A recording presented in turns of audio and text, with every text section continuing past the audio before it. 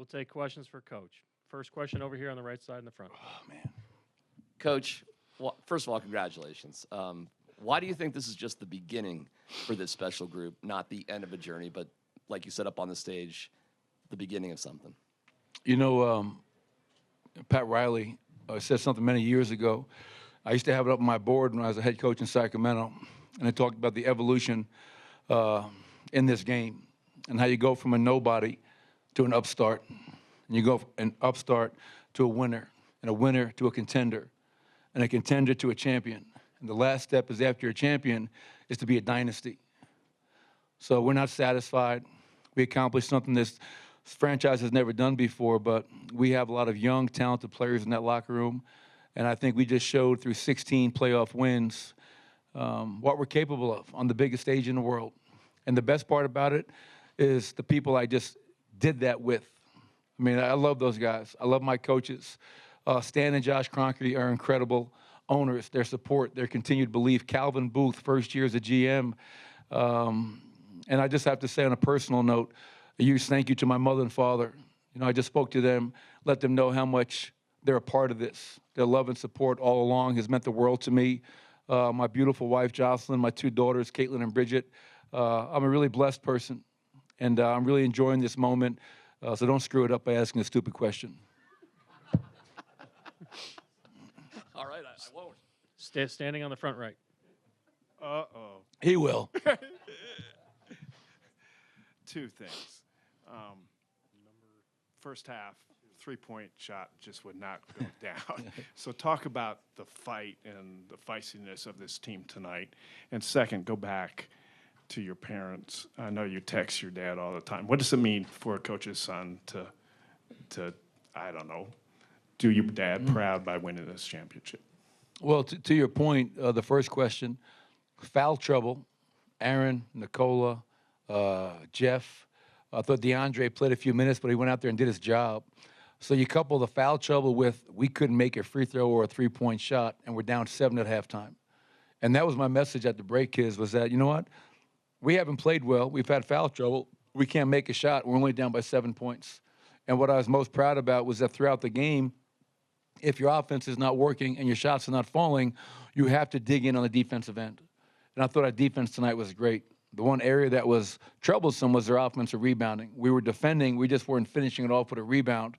In those last couple of minutes, you know, the clock seemed like it was just moving really slow. And as you realize what you're about to accomplish, you know, it's almost surreal. And what it means for me, you know, growing up, the son of a coach, he was a CYO coach at Precious Blood Parish in Queens. He was a high school coach at Pound Memorial Academy in New York City. College coach, NBA coach, and I just told my mother and father they were not able to be here, but they're with me. You know, they're in my heart. I love them, and they have sacrificed for me, my 3 sisters, my 2 brothers, and they've paid it forward. And I can't thank them enough, and I love them very, very much. Third row in the center. Shane Young with Ford Sports. Coach, what's it say about Michael to have a rough shooting series and game tonight for the most part and still find ways to be effective down the stretch and on defense particularly? Well, it's a maturation, a continued maturation. And, you know, we all know that Michael didn't shoot the ball as well as we know he can. That's going to happen at times. And this is a great experience for him because I think he realized, as I continue to tell our team, there are no specialists allowed in this squad. If your jump shot's not falling, do something else to help your teammates. Not yourself, help your teammates. Defending, rebounding, hustling, whatever it may be. But I think it's really important. Let's not judge Michael Porter just on his shooting in the finals. You know, I mean, like, look at Michael Porter's performance in the Western Conference Finals against Phoenix, against Minnesota, and more importantly, throughout the season. So, you know, Michael's only going to get better. And to have he and Jamal back healthy, this is what I really envisioned a few years ago when we got Aaron Gordon. And, you know, sometimes a dream is deferred, and our dream was deferred for a few years, but we stuck with it, and we added the right pieces. A huge shout-out to Calvin Booth and the job that he's done. And, yeah, this is just an unbelievable feeling. Brandon, standing on the right. Hey, Coach, Brandon Cristal, KOA here in Denver. I think I asked you last year at the end of the year as the Avs were going on their run and the Rams had just won. Is there any added pressure? And you kind of downplayed that, but now with them getting that Stanley Cup last year and obviously the Rams, how good does it feel to to know that yours is right up there alongside him, in the Kroenke's trophy case? Well, I was just joking with Josh, as the champagne is being sprayed all over the place. I said, Josh, I'm a rookie at this. I really don't know what I'm doing, but you're used to this. You've won, Stanley Cups, Super Bowls, but our ownership group has been phenomenal throughout this entire process. 8 years is a long time, and very thankful, as I said many times, in allowing this to get to this point, and win a championship. And, Stan and Josh are great owners. They allow us to do our job, and I'm just thankful that we were able to add to that, and I never felt any pressure. There was never any pressure, it was just, and I know they love all their teams, but I will tell you this. Stan Kroenke grew up a basketball fan. He loves his Rams. He loves every other team he has, so I'm not this delicate situation, but he's a basketball fan. He grew up a basketball fan. Josh played Division I basketball, so I think this one is really special for them. And I have to really make sure I shout out our fans. Like, it's, that atmosphere tonight was incredible. And I remember, year one, 8 years ago, and how far we've come and what we've built. And the fans are a huge part of that. And what really touched me was somebody showed me the video of Game 4 when we were in Miami, and to see 19,000 people in this building going crazy. They're part of this. Our fans are a part of this. So a huge shout out to Nuggets Nation for showing up, representing, and a lot of love for them. Third row over here. Coach Andy Bailey from Bleacher Report. Nikola Jokic is now one of 11 players with 2 regular season MVPs and 1 finals MVP. How many? One of 11 players in the Okay. history of the game. What's it been like to go on this journey, the two of you together?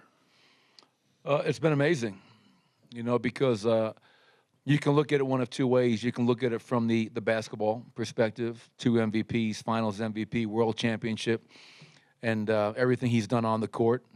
And then more important for me, you can look at off the court, the relationship, the love that I have for Nikola, his mother and father back in Sombor, Serbia, his brothers Nemanja and Strahina, his wife Natalia and their daughter Ognjena.